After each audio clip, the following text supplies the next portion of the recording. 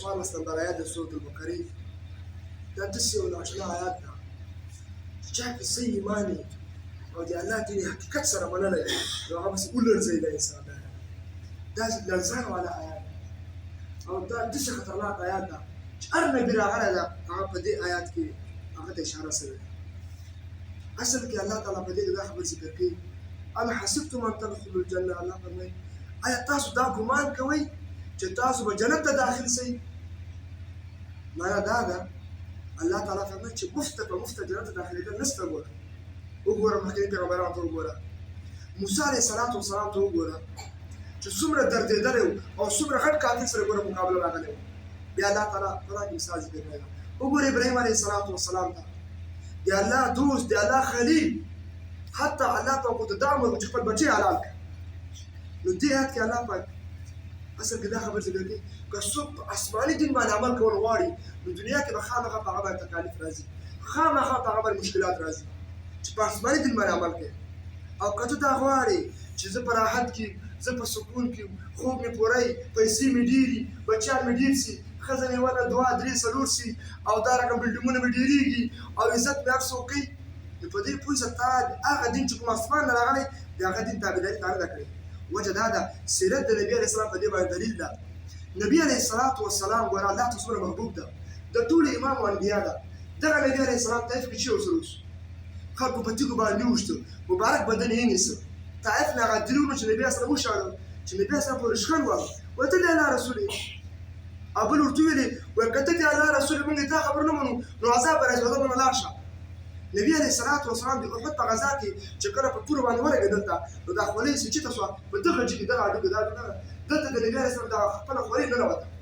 چې کله صحابي دا کړۍ کش کوله نو په غاښونو یې ونیوله نو صحابي غاښونه ووتل وایي. خو چې کله دا کړۍ ووته نبي اسلام راخطا سو، نبي اسلام بېهوشه سو. دومره علم د نبي علیه السلام ته سوی. عمر رضی الله په همدې اسلام شهید سوی، عثمان رضی الله دې اسلام وژني، علي رضی الله دومره تنګ سو، علي رضی الله وکې دی ګوره دومره تنګ سو اخر نبي اسلام په خوب کې ولیده. او نبي اسلام چې کله خوب کې ولیده تاریخ الخلفاء کې امام سیوطي لیکلي دي علي رضی الله نبي اسلام ته په ژړا سو، ته چغې کړه چې دا د امام صاحب سخت زور ولما او ته ډېر سخت دردونو کې به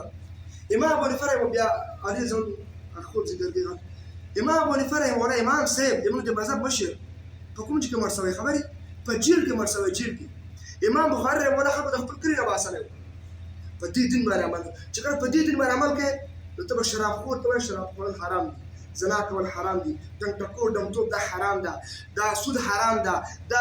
کوم شی چې اسلام بخاري دغه شته بیانوي نو خلک به تا باندې ګلان شیندي. نه، خلک به تا مقابله کوي ته شرابو ته ولې حرام وایي، ډمتوب ته ولې حرام وایي. د لور حق ولې ثابت دی؟ د لور حق څوک ورکوي؟ بچي څنګه څوک حق ورکوي؟ لور دا رقم حق شته لکه څنګه زوی ته چې ثابت ده، خو دوه لورګانې یو ځای مقابله کې ثابت. نو چې کله د آسماني دین دې باندې عمل کول غواړي د خپل پیغمبرانو ژوند ته وګوره. اول تاسو وګورئ حابیل او قابیل دواړه ورونه دي. ګوره حابیل ګوره د همدې له وجې مړ شو چې په حق و، قابیل له ولې دی قتل کړ. دا رقم تاسو وګورئ ژوند د زکریا علیه السلام او یحیی علیه السلام دا دواړه شهیدان شو. زکریا علیه السلام بچیان نه کېدل خو زکریا علیه السلام چې کله بوډا شو نو الله په بوډاتوب کې دا زوی ورکړ یحیی علیه السلام او د په مخ کې دا زوی ورته حلال کړ. حجاج بن یوسف دا غټ ظالم ته امام احمد بن حنبل لیکي چې دا د کفر مرتبه ته رسېدلی. حجاج بن یوسف وایي دغه کسان چې کوم مثال ده قتل کړي دي چې هغه جرم معلوم او اسې قتل کړي. عبدالله بن عمر هم ده قتل کړی حجاج بن یوسف. نو 1,000 کسان ده قتل کړي چې جرم معلوم نه و او چا جرم معلوم هغه د څومره ده قتل کړي. نو دا ولې قتل کول؟ دا څه چې په آسمان دین باندې عمل کوي ګوره په تا به تکالیف راځي، په تا به دردونه راځي. دا نه چې ته خوراک هم پرې ماره غواړې، مزې هم غواړې، خلک په تا ګلان هم درشیندي، خلک تا ته پیسې هم درکړي. نه، دنیا کې به ته تکالیف برداشت کوې. الله فرمایي که چېرې تاسو د الله په دین عمل کوئ نو دنیا کې به خامخا تا ته صدمه رسېږي. وجه دا ده نبي علیه السلام چې کله به مکه کې و 40 کلو ته ورسېد نو دا په غار حرا کې نبي علیه السلام ته پروت و. جبریل امین ورته راغی، جبریل امین سره راغی. نبي علیه السلام غټه کیسه ده، نبي علیه السلام ځان سره کلک کړ، بیا یې کلک کړ 3 واره کړه چې نبي علیه السلام ما نه بقاري زه قاري نه یم اعوذ بالله بسم ربک الذی ولا غټه کیسه ده. نبي علیه السلام دا تلاوت نشوی کولی. چې کله کور ته راغی د نبي علیه السلام ساړه کېدو نو خپلې ښځې زملوني ما پټ کړه. بخاري حدیث ده. خدیجه راولې نبي اسلام پټ چې پټ نبی اسلام په تبه کې نبی اسلام درد کې د سانس چې کله راټیک سو نو دې خدیجه ورته ویلې چې تا باندې شي سوي ورته چې ما ته یو ناموس راغلی او راغی زه ځان سره کلک کړم ما لکه زه مړ شوم نبي علیه دا واقع ذکر کوي امام بخاري راوړی دا واقع وزیر کلک کړم ځان سره نبي علیه السلام فرمایي او ما ته وویل چې اقرأ باسم ربک الذي خلق دا آیتونه ما ته وویل نو نبي علیه زه مړ کېږم نبي علیه السلام ورته وویل خدیجې ته وویل خدیجه ورته وویل چې نه تا به الله نه ځای کوي ته خو داسې سړی چې همیشه د خیر خبرې کوې د چا چې حاجت یې پوره کوې غریبانو مسکینانو ته کومک کوې تا الله چېرته ځای کوي ته همیشه دوی سره جوړې نو ځکه خدیجه راولګېده دې خپل تره زوی ورقه بن نوفل هغه سړی و چې دا مشرک و دا راولګېد بیا د انجیل او تورات او زبور مطالعه کړو دا شرک یې پرېښود نصراني شو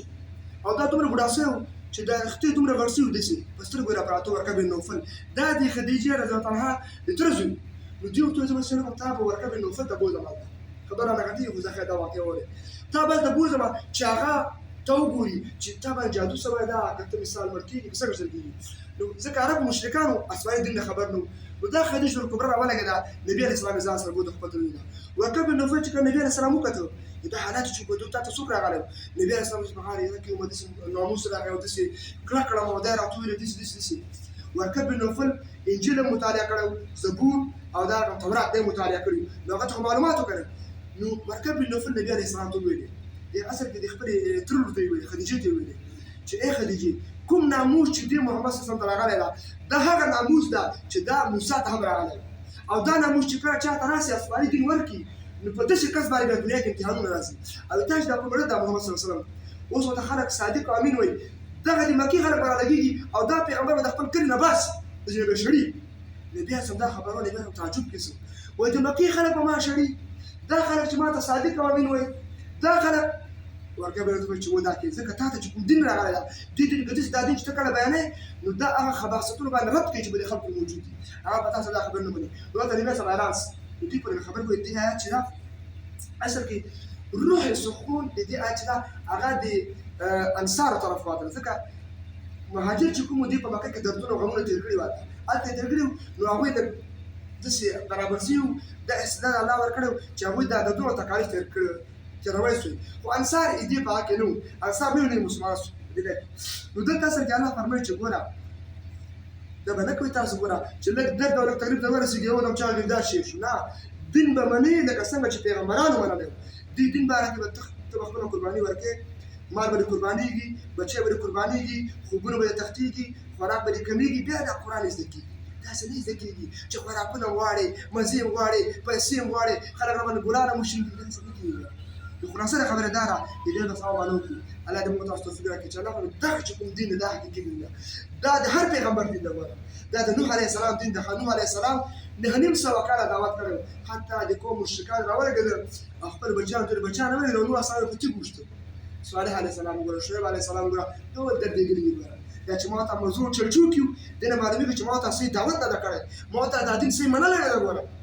چې ما تاسو د خلک دومره عزت کوي دومره تعظیم کوي دومره هغه کوي وعده چې موږ هغه شیخ القرآن وعده خبر ذکر کوله ډاکټر سالمانو دا خبره کوي چې ته یو کلي ته لاړ شې هلته چې کله دعوت کوې دعوت د جهاد کتاب شروع کړو نو که دې خلکو تا مقابله وکړه دې نه پوه شي تا حق دین شروع کړې تا د الله دین صحیح بیان کړی ځکه خامخا ته به زنا باندې رد کوې شراب باندې به رد کوې حرام باندې به رد کوې غیبت باندې به ته رد کوې خلک خدایي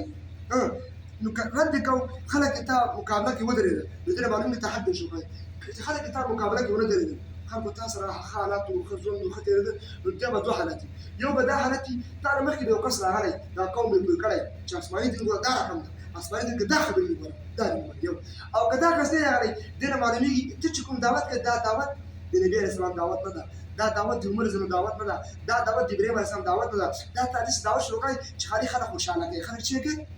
بس خالي پراټې او خوراکونه او دا بشبوته یادې او د حلوا فضیلتونو د ذکر کوي اصلي دین ورته بیان کړی نه ده دا داسې دین ده